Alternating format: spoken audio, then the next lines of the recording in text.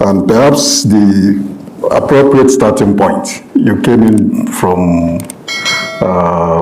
you were saying Bloemfontein? Yes. Just now to join us, and we are very honored by that. How is it going? Well, let me greet firstly everyone who's here, the academics, the management, and the workers in general, and all the progressive forces of the left, and Bratemba. They say it's Prof. We grew up calling him Bratemba. We are almost fatigued now. But, you know, with the elections is that you start the way you start and then you get some fatigue. Then adrenaline kicks in again, like nothing happened when the election now reaches its peak. So what I do every Tuesday, I'm in Limpopo, Wednesday I'm in Gauteng, and then Thursday I'm in Free State to meet with lower structures of the EFF that then give a report of how many voters have they spoken to. Because the first objective is that you must speak to all the voters, whether they are voting for you or not, because no one will vote for something they don't know. So when you go directly to them, then they know there's an animal called the EFF.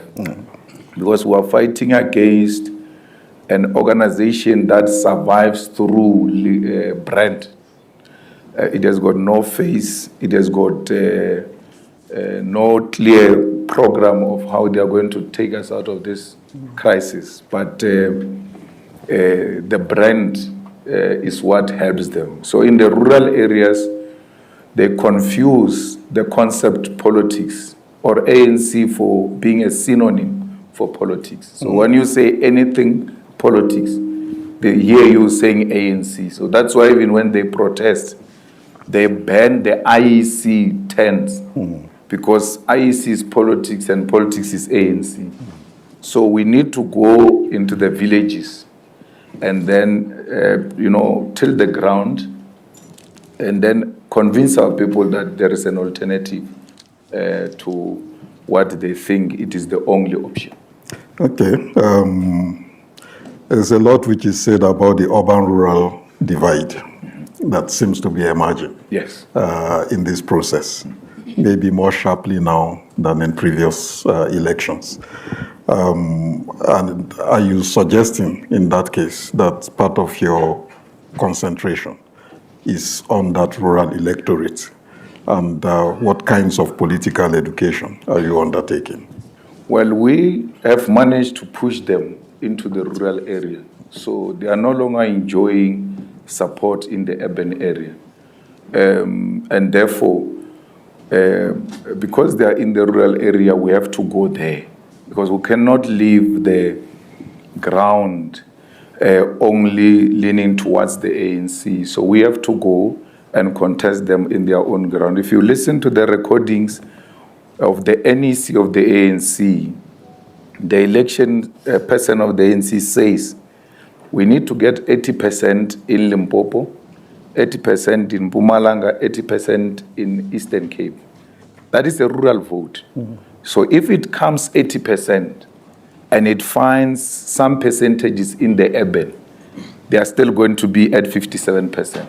So their prayer is we want to stay at 11 and or we must increase because any decline will suggest drastic changes, because if you're a face of the campaign and a leader of a political party, a candidate for president, they don't make any inroads with your face, your name, and all of that, then the debate starts, shouldn't we try someone else? So we consolidate the base where we operate, and then we break new ground. So we are going into the rural area because the ANC, even if it wins, the first number must be 5, not 6. So it might, even if it's 59%, it's okay, but 5 must be the first one. then you know that if they don't get beyond 60 in the rural, they don't stand a chance of getting 50 in the national. I'm struggling a bit. And my struggle is this. You are also an urban group of activists and politicians. What's your connection to the rural that is different from the other parties that are largely also urban-based and not necessarily living the everyday experiences of the rural population? Our members come from the rural. So we are a Pan-Africanist movement which resonates with any African anywhere, especially the dejected masses of our people. So, and that's why we're interested in the rural, because there's no any form of delivery that goes in there. Yet people are keeping on voting the same way. It can be on the basis of social grants. The urban people get social grants too, but they never use that as a determining factor of who they should vote for. We appreciate the fact that in the rural areas, we have to build strong EFF branches that are politically educated and that will educate the rural community, because in the rural areas, you'll find that there is one school and then there is one principal. And that principal was made a principal by SADU. And then SADU is ANC. This guy in the village is the only one with a car or a buggy. So if you argue with him from the village, you were either born inside his van or he's the one who took your mother to the clinic when your mother was giving birth. So he's then feared by everyone there. So you need to go and build an alternative crop of cadreship, as it were, at that level, so that they will appreciate his contribution in their lives, but politically still have a right to disagree. So we're rural. I mean, I'm township. Floyd Shibambo comes from a village called Mahonis. There's no toilet. There are no roads. The first time he saw a computer in his life was when he was at VET. I don't know, but I will be safe to say the first time he saw a white person in a close proximity as well was at VET. And he says when the person was teaching, he can't hear what that person is saying, and everybody's writing. So the white person just goes, everything else doesn't make sense. And they say, no, go and do this assignment. Then they go to a computer lab. Everybody is typing there. He can't switch it off. He even goes under the table to check, where is the switch? That's how rural he is. And there's no way, and there's no any amount of education and development in your life that will ever break your roots. I mean, the CEO of Standard Bank, Lungisa, you can see he's successful, wealthy man, but every little opportunity he gets, he goes to the rural, because that's him. Okay, so, I mean, we are getting an insight into what it has taken to build the EFF into at least on the basis of the current parliament, into the third most important political party. Where do you see yourself headed after the 29th of May? And I ask this question because you seem to concede that if the ANC moves from 6 to 5, that will be victory for you. Yes, the ANC is not just an insignificant small organization. It's a big elephant. And you have to eat it piece by piece until you collapse it. And we have successfully done that. In 2016, when we took our votes, gave to the DA so that we can move the purse away from the ANC and paralyze it. many of you were not understanding what we're doing. We were saying you're selling out, you're giving whites votes. But this start can't be trusted with the pairs. So we had to move the pairs and then go to the same level field, playing field with the ANC. No one has got access to resources. So that time, they lost Tshwane, lost Joburg and many others. But in Gauteng, they then won Ekurhuleni in 2016. Then we took Joburg and Tshwane from them, put them in a very difficult situation.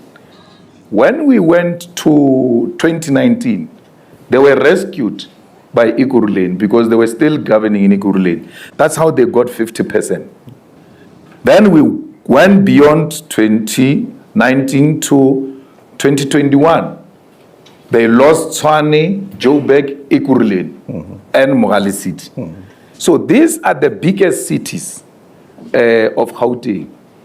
They are governing now with 50%. You can't tell me of anything that was so drastic which would have changed the mindset of our people in Gauteng to vote for the ANC. They know Nancy Spani, it's a fake thing. It's used for electioneering. They know, they can see Panyaza for who he is. So the ANC is gone in Gauteng, if you want to be scientific about it. The same as KZN. And it doesn't matter what you do in KZN. Actually, they are in a deep hole and they keep on digging. They go grab a mic when a prime minister is speaking. We don't agree with that prime minister ourselves. He's an IFP member who does IFP things, but the king appointed him for that role. We shall respect him. Grab a mic, as if that is not enough. They go now cut the salaries of the staff members of the kingdom and close out.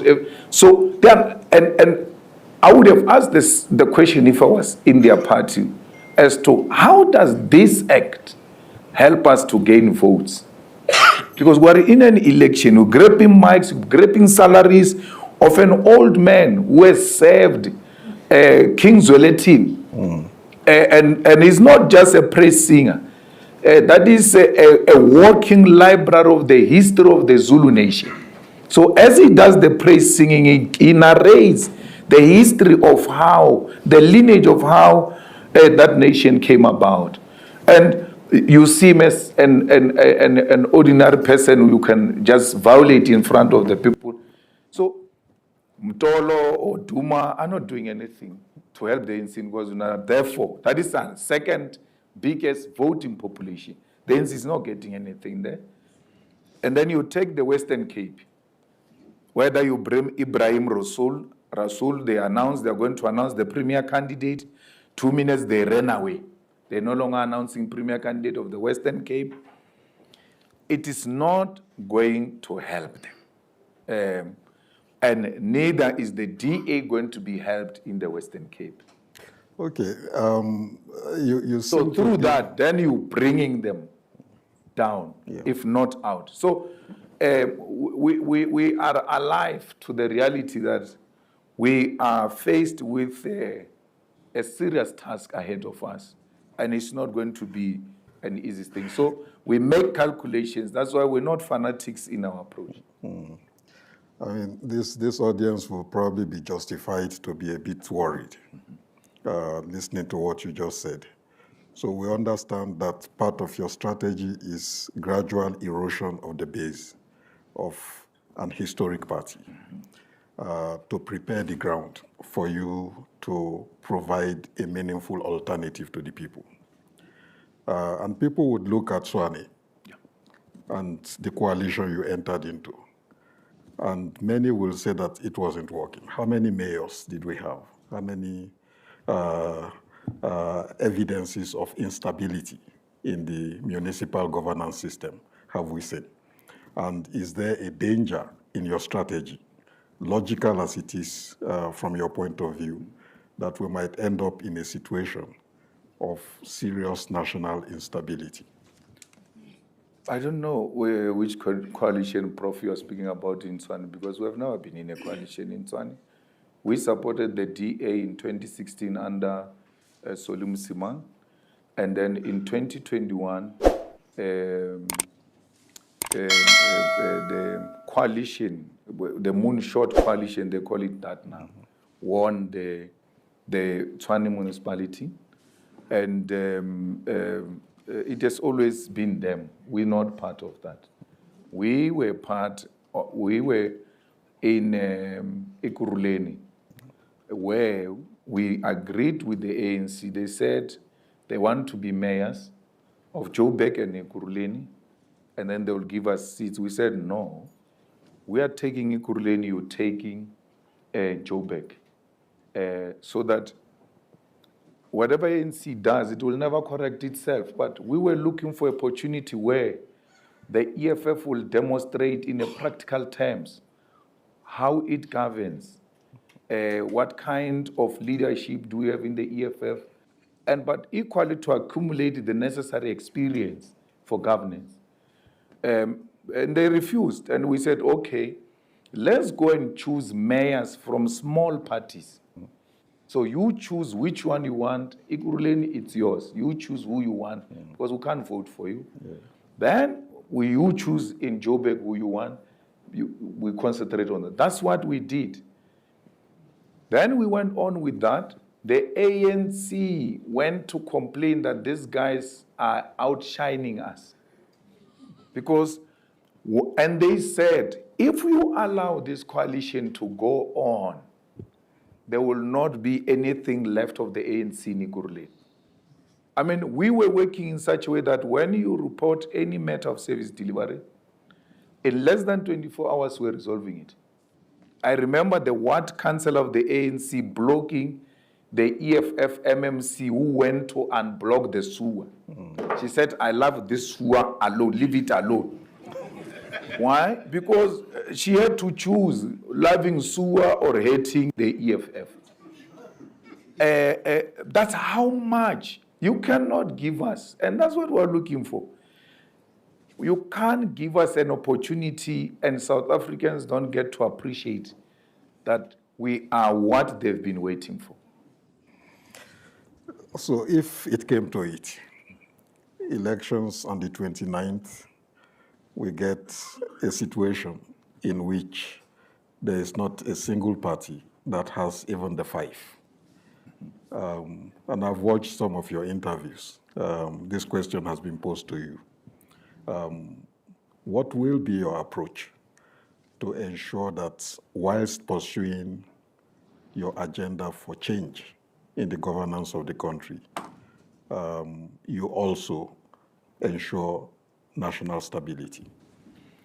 Firstly, there must be a guarantee there won't be a national instability, because the EFF, if it fails, it has to become an official opposition. So the ruling party, they always lean towards the official opposition, because they compete them with this kind of policy. They also want to outshine the opposition with the opposition's policy. So if the opposition is right, the ruling party lean to the right. So if the opposition is left, the ruling party will lean to the left. So even if we don't win elections, but we are the official opposition party, you can be guaranteed that the ruling party will be forced by the dynamics to always come to us. So we want a situation where ourselves and the ANC combined, we get more than 50% of the votes. Then we've got a strong bargaining power. We don't want a situation where the ANC, if it goes to pick up smaller parties, it then gets 50%. Because it's going to procure those people of former prisoners and this and that to come into coalition with them. So you need the EFF with a decisive majority, so much that if the ANC says I can do without the EFF, they go to smaller parties, they don't succeed. The same with the DA. When it goes to the smaller parties, it must not succeed. It must be like have an option between EFF and the ANC, and it must choose. It has already pronounced it can't work with the EFF. We don't care who we work with. We can work with the devil because both are devils anyway. We have to choose a better devil. So we don't want anything. Just give us an opportunity. Imagine if I was a minister of sports in Ramaphosa's cabinet now. Everybody else would be thinking I'm a president. Because there's nothing Ramaphosa can do to outshine me. Nothing. The people will be complaining about a tar road, about water, about electricity. In the process, they will be saying, Malema must come here, protesting, blocking roads. A minister of sports must come here. Because how do you become a president and people are dying of cholera in Hammanskraal? You take a PR stand to Hammanskraal where people die. The Royfal water reticulation plant has been financed, is still not operating, no contractor on site. You go look at it, you go talk to the people, you leave. It's now more than 8 months or so. Nothing has changed, if not worsened, in Hammanskraal. What kind of a president is that? And Hammanskraal is in Pretoria, next to his office. If it was me, I will establish the site office at Hammanskraal. That twice a week, before Cabinet Wednesday, I'll report here to check progress. And if there is no progress, heads will roll. I owe nobody anything. I was not an apartheid spy. No one is blackmailing me with anything. My relationship with you, you do the work, you keep your job. You don't do the work, you leave. There's a sense, and I hear you, there's a sense in which it might be felt that your flexible alliance approach, being open to all angels and devils at the same time. We're the only angel. might actually sound a little opportunistic. And let me explain what I mean. So at one point in time, you are the flag bearer of an anti-corruption campaign nationally. And you fought a former president to the standstill. Played an important role even in his departure from office. Few months down the line, you seem to be a darling of the same former president. And some are not even ruling out the possibility of a strategic alliance between you and the party which is now represented by the former president. And I just cite this as one example of what sometimes might confuse both your followers but also general observers. That the EFF,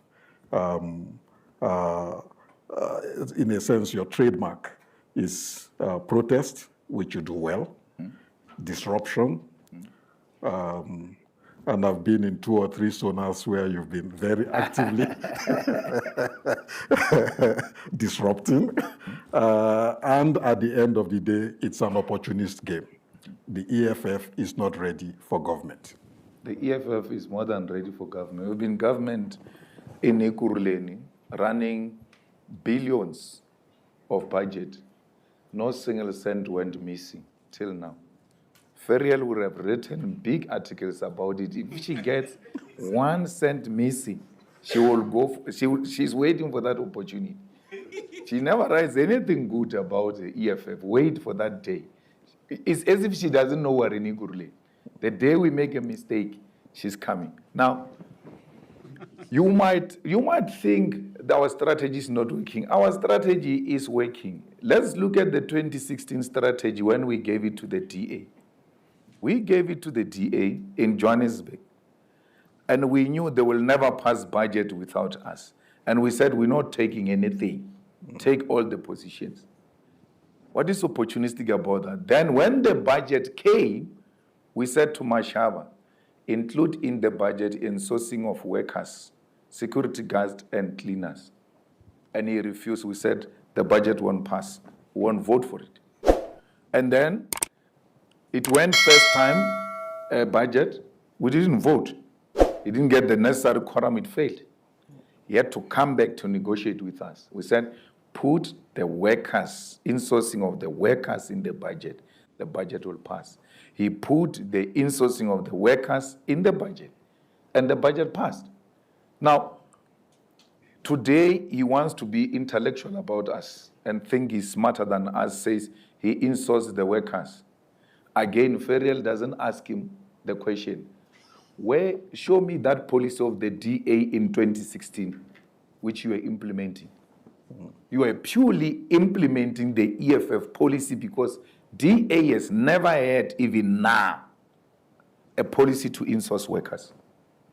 Action SA has got no policy to insource workers because in Tshwane, we put a motion for the insourcing of workers. The Action SA voted against it because it's not Mashaba's policy. He was implementing our policy. So is it about us or is it about what we want to achieve? It's necessarily about what we want to achieve. And we achieved that without occupying any executive positions. But Atemba will tell you, they were teaching us as we were growing up, when they were still real organization, strategy and tactics. It's not so much the tactics you use. It is about will you ever arrive at your strategic objective?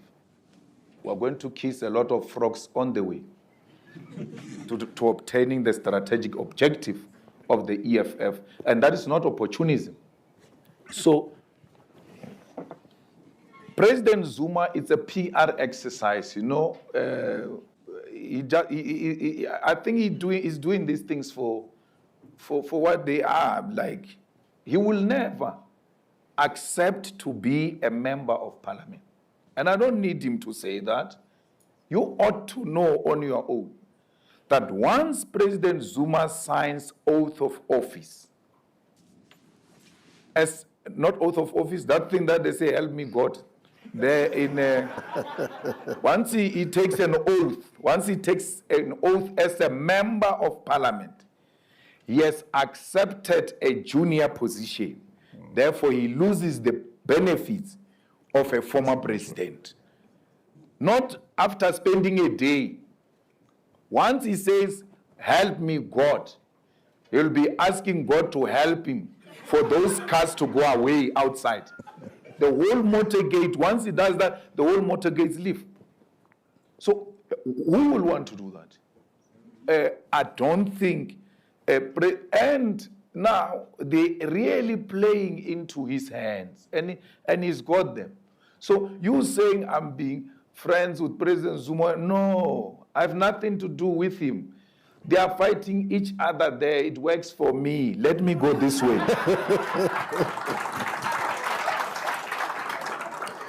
Okay. It's an interesting perspective on strategy and tactics. I didn't know you are also a Leninist. But let's prepare the audience. I'll take a few questions. But before I do that, whilst you get ready and the microphone is being prepared, let me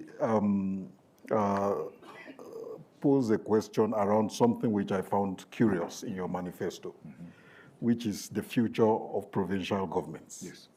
And your emphasis on revamping the local government system. What's the logic behind that? And Bratemba will also know that the ANC's original policy never had provinces in it.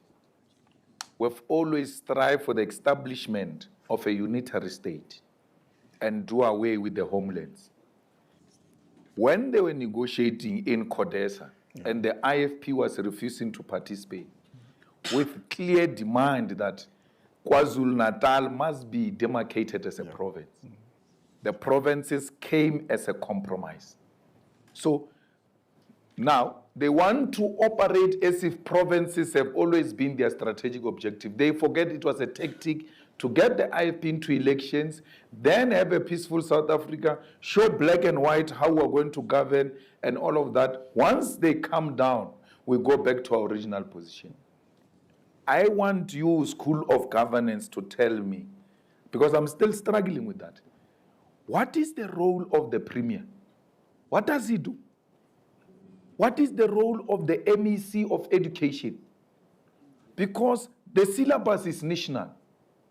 The question paper is national. The subject itself is national. There is no Tsonga of Gauteng and Tsonga of Guyana. There is one paper of Tsonga, and that is written centrally.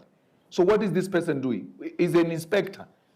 If he's inspecting schools on behalf of national government, let it be clear. Premier is the most useless position compared to a councillor. A councillor can unblock a blocked sewer. A premier can't do that. When your sewer is blocked, call a premier. You're going to hear English. In terms of systems and spheres of governance and hierarchy, we are not allowed, but as it were, I will call the mayor so that we find a way and address this thing holistically. That's it. The toilet remains blocked. You call a councillor, which street are you? Okay, come. I'm coming. He goes stand next to the sewer, call the municipal workers, come in and block the sewer. None of those people in the province can do that. So the ANC then gets provinces. Then it realizes, no man, we can dispense a lot of patronage. We thought we were only going to be at this. So we can also put our people here and have as many cadres as possible eating. And it worked for them. That's why they don't want to move away from it. We remove the premier, we remove the MEC, we remove the legislature. What is the role of the legislature? Because the law is one. The Constitution of the Republic of South Africa is the law. Every other thing must be in compliance with the Constitution of the Republic of South Africa, which can be done centrally in Parliament of the Republic of South Africa. In Limpopo, when they go to legislature, they announce it everywhere. Facebook, members of legislature. It's like a 21st birthday party. Why? They never go to legislature. They go once in a while. But salary doesn't come once in a while. Benefits don't come once in a while. All of them have got parliamentary villages and all of that. Why? For what? So we can save a lot of money by removing the provincial government and have a super metro called Gauteng with a mayor, and it doesn't matter thousands councillors, as long as they've got a specific constituency that they are responsible for and they are going to service. That's all we need. Local government, as it is now, receive the lowest chunk of the national budget. And then provincial government gets this big chunk and national government. Provincial government to do what? Who said municipalities can't run schools? Today, because of this hierarchy thing and all of that, there are certain things that municipalities can't do in schools unless the MEC approves. So why so much red tape and protocols? So we believe that we need to have one South Africa, one constitution, one currency, one parliament. And everybody else must be to the service of people, not these ceremonial positions that are costly to us. I hear you. Cost of government is a big issue across our continent. It's an issue which resonates in different ways. But you did say that the current arrangement and the federal principle underpinning it is the product of a historic compromise. If you are going to get rid of that compromise by abolishing that middle level of the provinces, in a context in which, as you yourself have heard in your various visits from Soweto to the rural areas, of people complaining also about the quality of local government, about issues of corruption, about absentee councillors and the like. And your ears have been full of those complaints. You've made pledges, you've made promises. So we are dealing actually with a more generalized crisis of governance, which it doesn't seem evident that simply removing one level of the administrative political structure will necessarily resolve. No, it's not true. You have misplaced the skill. Where you need the skill the most, that's where the rejected are operating. There in the council, they deploy the sloganeer, a person who can sing the loudest. But as you go up the province and go up national, you come across a creme de la creme. Let's take Panyaza, for instance. If you had to take Panyaza with the kind of energy he has, and you give him implementing powers, that's a skill misplaced. So the local government is not inherently a problem. The problem is the kind of skill you deploy at that level, because it's by the way. There is this elitist arrangement where I must belong. I can't be a councillor. Actually, being called a councillor is like you are being demoted. Once that sphere leaves and there's this sphere, they all have no option. National is already occupied. You're going to have to find yourself in the local government space and be an implementing agent of our government. So these provinces actually are a cause of a problem now. Those people of the Western Cape, when they say they want Western Cape away from South Africa, it's exactly that. They looked at the province and said, no, that's us. We're here. We're not with these people. Now you're thinking, okay, here we're dealing with racists who are trying to achieve something. Some tribalist person in Zulu, in KwaZulu-Natal says, KwaZulu-Natal must be a province. It must be a country on its own. Where does that come from? From these mini states that were created.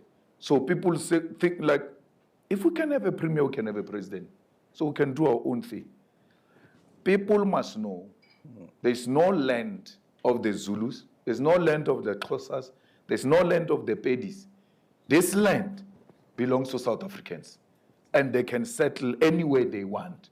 We should have dismantled this regionalism. That would have led to the dismantling of tribalism. Okay, thank you very much. Come to the audience, and Bratemba, you've been cited so many times.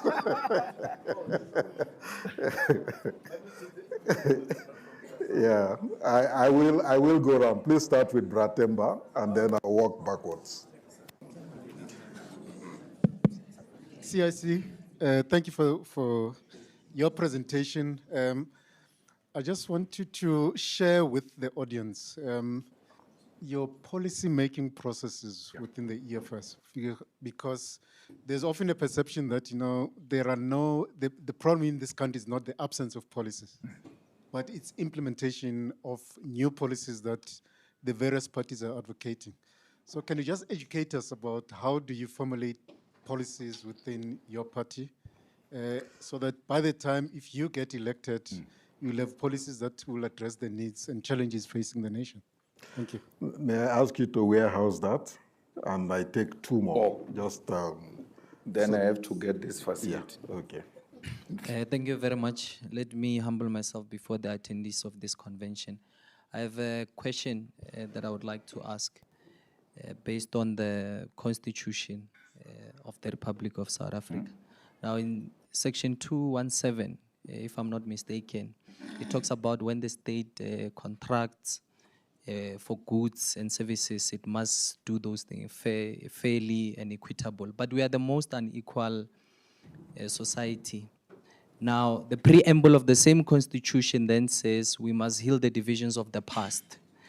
And in the fraternity that which I belong to, the top 5 of the law firms in South Africa, okay, they were incorporated even before 1994. Now, to be competitive to that space to a young person like me, it's a bit of a problem even if I were to incorporate tomorrow, because I will be having to be on the panel. You must have 20 years experience and all of those things. Now, in the NYDA, we did even, I think when I was doing my law degree, when we were with the IT guys, we came up with a system even before COVID, a paperless healthcare system. We went to present it, but now bureaucracy is a bit of a problem also in the state. So on the 30th, let us envisage President Malema there on the 30th of May. I'm quoting you. You say when you meet the president, something must give in. On the 30th, how do the young people with ideas who are not coming from a political connections and all manner of things, how do they then contribute to the state and its development? Thank you very much. Thank you very much. An important question. Thank you. Actually, President, I was going to loop that question, and it's good that he has raised it, with regard to your strategy for building a constituency among young professionals, which is becoming an increasingly significant category in the country. Let me take one more. Is there a lady? Do we have a lady?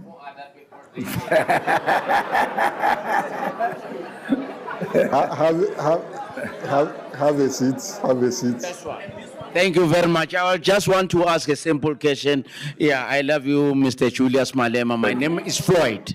Yeah, I hear that you say if ANC is losing, you will take your vote and give it to ANC, and you will put Floyd as a Minister of Finance. Is it true or false? Thank you.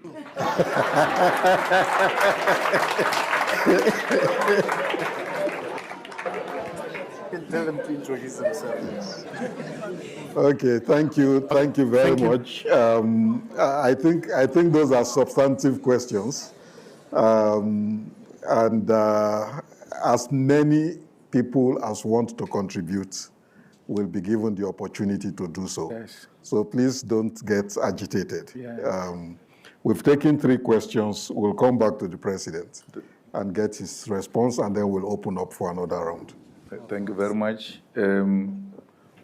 When the EFF was formed in 2013, we went around consulting our people on the options that we had, whether we should form an economic emancipation, non-governmental organization which will agitate for economic freedom, or we should form an economic freedom that will be a lobby group aligned to the ANC, or should we form a political party? They said we must form a political party. Then we engaged in the process of drafting what we call the founding manifesto of the EFF. And in that founding manifesto of the EFF, that's where the policies of the EFF are contained. So from election to election, whatever you promise should be aligned to that founding manifesto. So let's talk about 7 non-negotiable cardinal pillars, for instance. They are in the founding manifesto. Expropriation of land without compensation is in the founding manifesto. So even if I so wish to get rid of it as a new president of the EFF, I've got no option, because the founding manifesto is not a subject of amendment. It stays forever. It's not a constitution that from conference to conference you can change. You have to make sure that you follow the founding manifesto. Then all of those policies are the ones that we've been advocating for in Parliament. In the founding manifesto, you find a minimum wage, for instance. We spoke about minimum wage in 2014. In 2013 founding manifesto, 2014 election manifesto, went to Parliament and sponsored a bill on minimum wage. The ANC rejected it initially, and ultimately in 2018 they agreed to it. And we were saying in 2014, no one must be paid less than the lowest paid worker must be paid 4,500. They refused and said a worker must be paid 20 rand per hour, and then a farm worker 18 rand per hour, and then domestic worker 15 rand per hour. If you calculate that money in 40 hours, it gives you 3 point something thousand, right? So which means the ANC said per month, people must get less than what the EFF said they must get in 2014. 2018, then fast forward, the latest adopted one says, no, they must actually get 27 rand. The good thing about it is that it's not now categorizing them, unlike the previous one, which was saying farm workers, says minimum wage, 27 rand. So between 2018 and now, if you calculate 27 rand, there's been an increase of 7 rand, and these people are now getting 4.6 or something like that, achieving what the EFF said in 2013, that no one must be paid less than that amount of money. So I'm using this to illustrate a point that we're implementing that which is the founding principles of the EFF. Went into parliament and said we must amend the constitution to allow expropriation of land without compensation. From 2014, fighting for that. 2 years ago, the ANC then says, we agree. Let's establish a committee which is going to investigate if people agree for the expropriation of land without compensation. Went all over South Africa. Majority of people agreed with us, both in public participation and policy submission, submissions in parliament. Agreed with us. The ANC, we came here, there's a hotel here, I forgot the name. We went to have a meeting there with the ANC. Very senior comrades of the ANC were sent there, including, I remember Bulela Ncuga was there and others. We agreed on expropriation of land without compensation. When we go back to parliament, having collected this and agreed with them, they bring an amended motion that we will expropriate land which belongs to the state and rotten land. What do we do with the rotten land? Because what rotten land is not those things of wet land. And then how do you expropriate that which you have? And then they say we must vote for that. We said no. And then they went out and said they voted against expropriation of land. They don't finish it. They don't say this is what we were proposing. They just say expropriation of land, but they don't explain what the amendment entailed. It's like Zuma when he went to vote for the killing of Gaddafi in the UN Security Council. He came back and said, I never voted for that. I voted for no-fly zone and stopped there. When he said, I voted for no-fly zone and stopped there, Floyd added that you voted for no-fly zone and any other means necessary. So that any other means necessary is what killed Gaddafi, and you voted for it. So you ought to listen to the detail of it in order to appreciate where do these people come from. Not once have we ever compromised on the expropriation of land without compensation. Look, the EFF gives black young professionals opportunity now through its existence without being government to fight for themselves and to be who they are. If you ask young professionals wherever they are, when a white boss wants to impose on them an illiterate white boy because he's a child of a boss, they just tell the white boss now that we are going to tell the EFF about this. The boss says, let's talk about it. It looks like it needs a different approach. Now, we've given black professionals the weapon they can use to protect themselves, and that is the EFF. Imagine we do that outside government. If we become government, none of our people will be disadvantaged. I'm not a lawyer like you, but I know for a fact that in the Constitution, it is very clear that in whatever we do, we need to address the imbalances and the inequalities of the past. And hence the emergence of those things of BEE and all of that.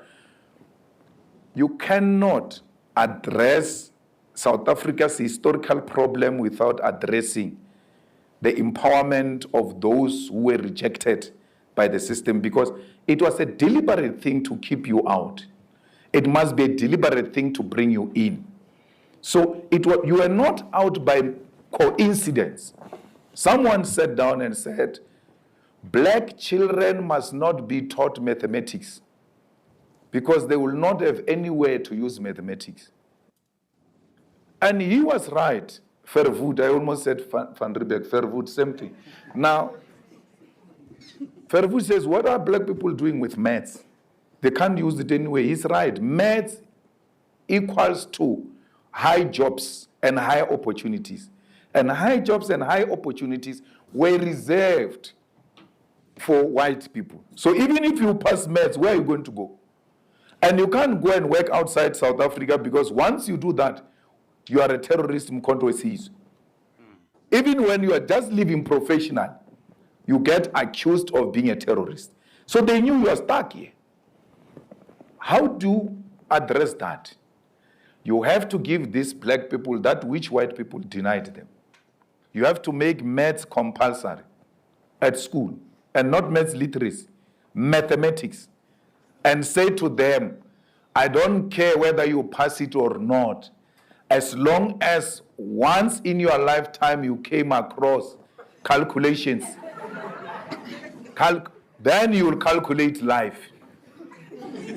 Because everything we do is mathematics. For you to park a car, you don't have to see whether the number plate is close to the wall. By calculations, you just know, I've arrived. But someone without calculations thinks he has arrived. And they also know their own problem of not being good with calculations.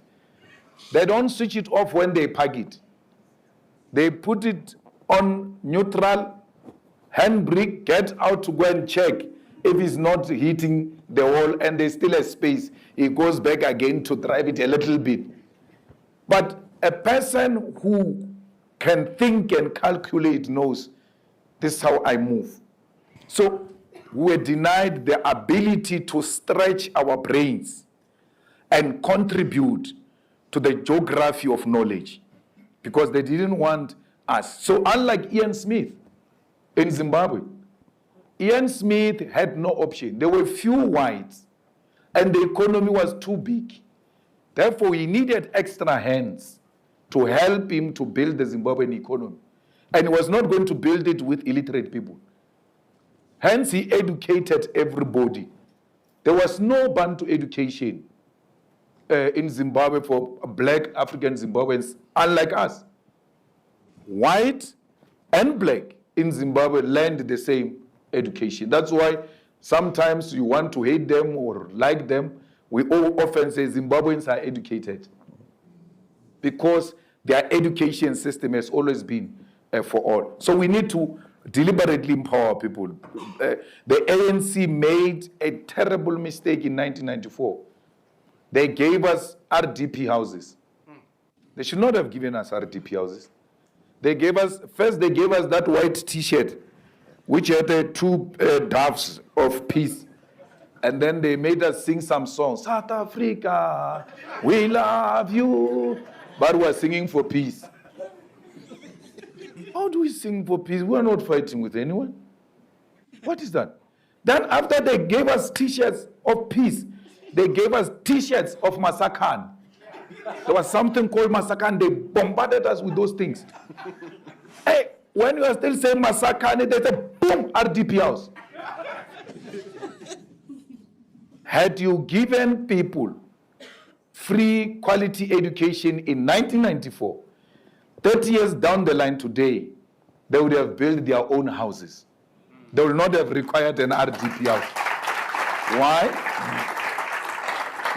Education and employment, graduates and employment and empowerment are the same WhatsApp group. I'm not saying there are no unemployed graduates, but the percentage is very low. So the chances of getting a job and a quality paying job When you graduate, they are high.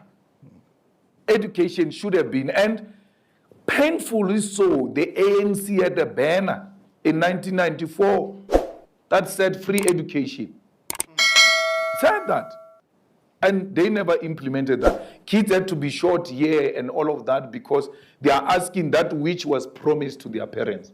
So we are going to empower our people. We are the most unequal society according to the national standards.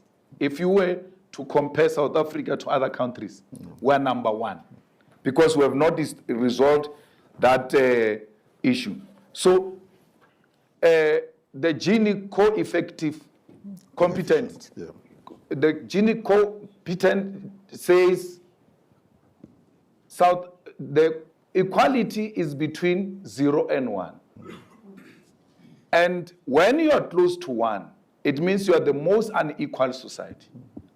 When you are close to 0, it means the inequality is low. Right? So you go and look at what they say about South Africa.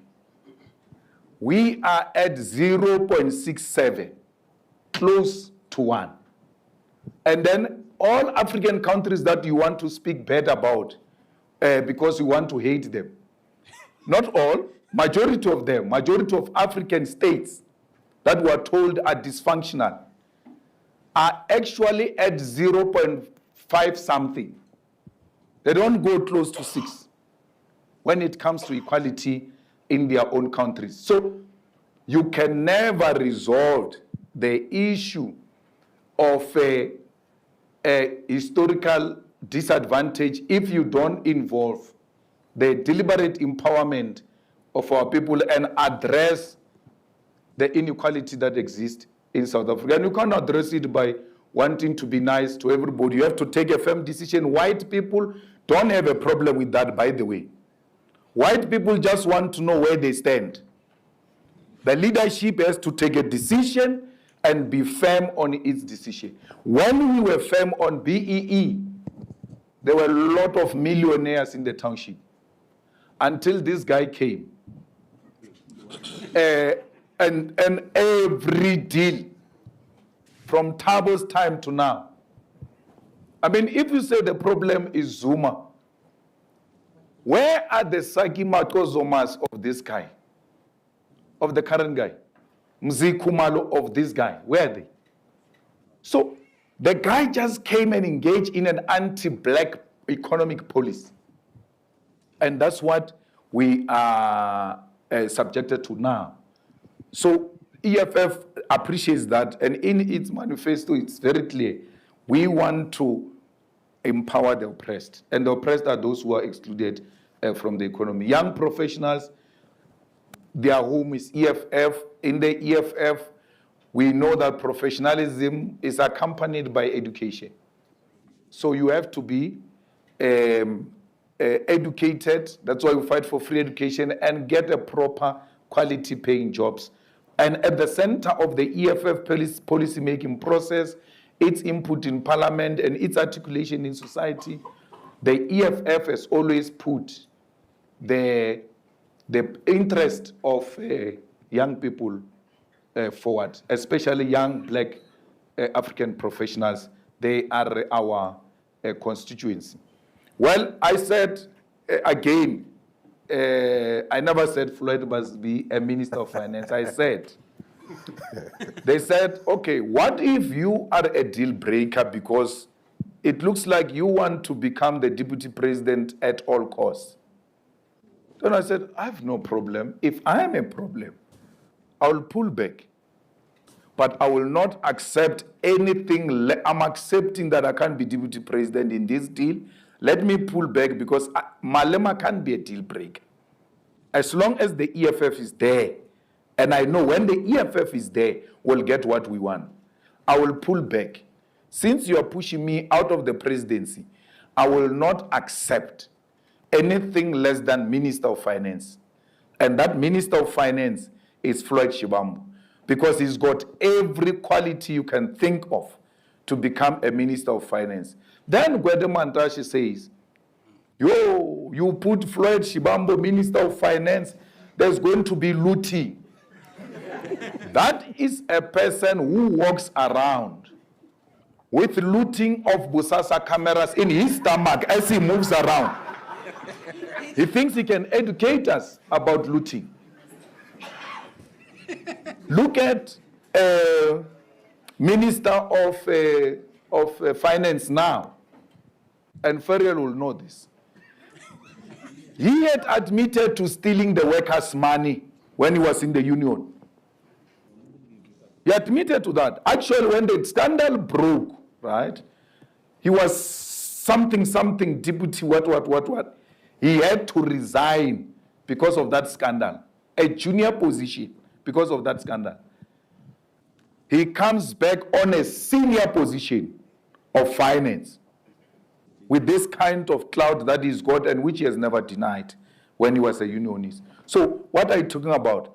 You cannot come here and tell me that because of the VBS, Floyd doesn't qualify to be a minister of finance. Floyd, there's no finding. You can go and read a VBS report. There is no finding that Floyd got the money of VBS. There is a finding in Parliament against Floyd that he got the money from his brother and he did not declare it. So he's not found guilty in Parliament for VBS money. He's found guilty for having not declared his brother's loan to him, a loan that he has submitted all types of loan agreements to SARS, competent, qualified institution accept that as an explanation. Parliament for political expediency doesn't accept that. You cannot, and you cannot believe in the story that the EFF looted billions of VBS. Let's say, for argument's sake, the EFF got this money, which is how much? 16 million? 16 million. They say we got 16 million from VBS. Out of 2 billion, we got 16 million, right? No one asked the question, where is the rest of the money? Leave that hypocrisy. Go and check the percentage of people who are charged in court now because of VBS. 90% of them are ANC members and leaders.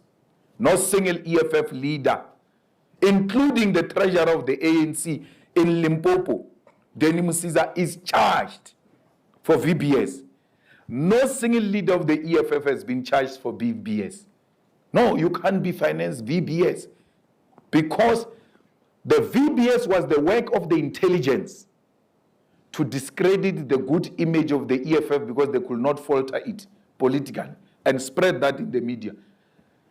I accept I'm a problem to Ramaphosa and the ANC. I've caused them a headache. They are in power. Imagine they come across some evidence like that Malema stole 16 million. With the power they have, they don't charge me. Why? They know there is no such a thing. They did that to me. They charged me before in Limpopo. I've never fought anyone. I went to court. Then the judge said, but this guy has been coming here for 2 to 3 years now. Every time he rocks up in the box, you say you are not ready for his case. Why did you charge him if you're not ready? They were charging me to discredit me so that I cannot politically contest them. They're using VBS for the same thing. So it's up to you if you want to believe a lie. I'm saying to you, just one question, ask yourself. But these guys who disrupt Ramaphosa in parliament and cause all types of problems, and then he says they stole 16 million, and this guy is the president, he controls Bato, he controls Minister of Police, Minister of Justice, everything. Why is he not arresting this trouble? Okay. He has got nothing on us. So you cannot discredit Amongst other qualifications he has, by the way, is a master's from here, the governance school. Yeah, at Vets, Floyd Shibam. You cannot disqualify a person on the basis of unfounded allegation. Listen to Floyd and give him a chance. You'll appreciate that this guy has got a different kind of brain. No, thank you very much. I allowed you to address those questions as exhaustively as possible, but we'll manage time. Before I come back to the audience, since we are talking Floyd finance money, how are you financing your campaign? Now, let's start at the, and I always tell this story because it always fascinates me. We're preparing 10th anniversary rally of the EFF at FNB Stadium. We're hustling, we're getting money from Parliament and IEC and then provinces where the EFF is represented. That's our money, where it comes from. Then we have party levy. And we collect no less than 2 million per month from our own party levy. We've got no less than 1,100 public representatives that pay their party levy loyally. So that's the money that we use to do work. As we prepare for 10th anniversary, the IEC puts in the EFF account 37 million. And then the TG says there is 37 million here. We didn't expect it. We don't understand. I said, call them. Call them. They said, no, it's a special allocation to political parties. I said, write the letter to them so they can respond in writing. They responded in writing. 37 million. Yadu Utamonat. Unexpected. That's how we pulled that big rally with their money. The money was not meant for us, by the way. When that money came, I told the TG, the ANC went to say, we need money, we're in trouble. So allocate money to everyone. So once we got 37 million, because that money is given proportionally, once you are given 37 million, you can imagine how much the ANC got from that allocation. The ANC financed the EFF 10th anniversary at the FNB Stadium because it was desperately looking for money, and we had to get all of us. Then come to the elections. We go to Standard Bank. We say to Standard Bank, give us a loan of 100 million for elections. They go make their own assessment. They say you don't qualify, we'll give you 60 million. So we say, sharp, bring. Then they bring. When they bring 60 million to us, we take 40 million, which we're owing to the service provider of the 2021 local government elections. So this is how we do it. We take a credit from this service provider, post us this. Then over a period of 5 years, because we get money quarterly from IEC, Parliament, and all of that, we pay them. So we take 40 million, we give that guy. The guy is the happiest man. We look at him, we say, hey, can you give us a credit of 60 million?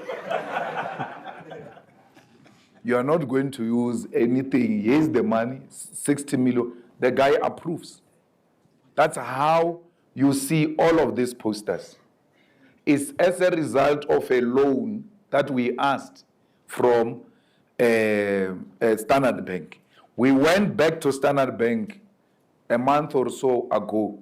We said to them, isn't it now we finished that 60 million? Because the 20 in the main is the one that worked Moses Mabhida Stadium. So Mabhida and this current campaign is that man. We go back to the bank and say, no man, you made miscalculations. You can't say we don't qualify for 100 million. Let's start afresh, because you can't fight with them and say you're refusing 60. You take 60 and you put it aside and say, man, let's understand each other. What are you saying? Then they say, okay, we hear you, submit 1, 2, 3, 4. That's what we're busy with now. That's what we're busy with now. So how do you pay the bank? We've got an arrangement with the bank that the IEC money, once it clocks into the EFF IEC account, the bank takes it away. We don't see it. We service the debt of the bank. We're the only political party that has got a building owned to its name in the whole of South Africa in less than 10 years. Thank you. Let me take some